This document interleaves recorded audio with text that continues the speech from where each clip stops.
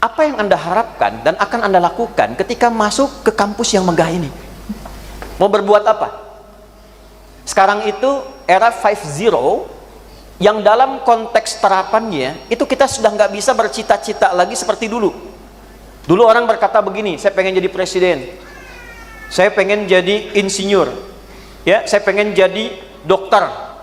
Nah, sekarang kita di era yang tidak masuk ke dalam konteks perbincangan seperti itu lagi, karena yang pengen jadi seperti itu sudah banyak, saingannya terlampau ketat.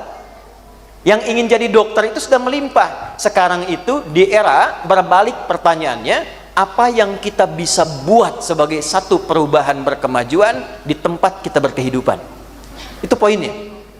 Jadi ketika Anda masuk ke kampus ini, baik sekarang yang baru bergabung di awal semester, atau yang sudah di tahun-tahun terakhir, apalagi program pasca sarjana, pertanyaan besarnya, kreasi apa yang Anda bisa buat dan Anda ciptakan di era ini untuk membawa sebuah pencerahan berkemajuan. Ini tantangan besar dalam Islamic value itu seperti itu. Saya berikan satu rahasia ya, tapi tolong jaga ini di antara kita saja nih. Begini. Anda kalau catat, Islam itu kalau datang ke satu tempat tidak pernah disebut penguasaan. Belanda datang ke Nusantara disebut penjajahan Belanda.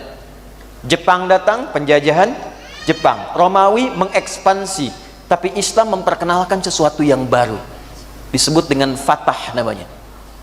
Sampai ada suratnya di Al-Quran, surah ke-48, Inna fatahna laka fatham mubina. Apa artinya Fatah? Fatah itu asalnya bukan penaklukan, bukan kemenangan. Fatah itu asalnya membuka 3 hal. 1, kebaikan. 2, kesuksesan. 3, kebahagiaan. Itu asalnya. Jadi kenapa disebut Fatah? Karena Islam itu dan pemeluknya, siapapun yang mengaku muslim, ditempatkan dimanapun, dia harus bisa membuka ruang-ruang kebaikan yang mengantarkan ia pada kesuksesan dan kebahagiaan. Itu kuncinya. Karena itu setiap tempat yang dipijak oleh kader-kader dan mahasiswa yang digembleng oleh Nabi, di tempat manapun dipijak, itu asalnya cuma 40 orang. Tapi setiap 40 ini bergerak ke setiap tempat, tempat itu selalu terbuka, mencerahkan dan kemajuan. Anda kalau mau riset silahkan. Setiap tempat yang dipijak oleh alumni pendidikan Nabi, di tempat yang tidak semegah ini, nama tempatnya Darul Arqam, lokasinya itu di Bukit Sofa, tempatnya sederhana, yang belajar cuma 40 orang, dikenal dengan As-Sabiqunal Awwalun. Yang milenial seperti Anda, ada yang ke-17 masuk Islamnya, namanya Arqam bin Abi Arqam, diajak oleh sahabat Utsman bin Affan. Semua sahabat ini, 1 ke 40-nya berpijak dimanapun, itu selalu membuka pintu ruang kebaikan dan seluruhnya sukses tanpa kecuali. Ada yang jadi pebisnis. Abdurrahman bin Auf itu modalnya cuma pakaian. 3 tahun jadi orang terkaya di Madinah.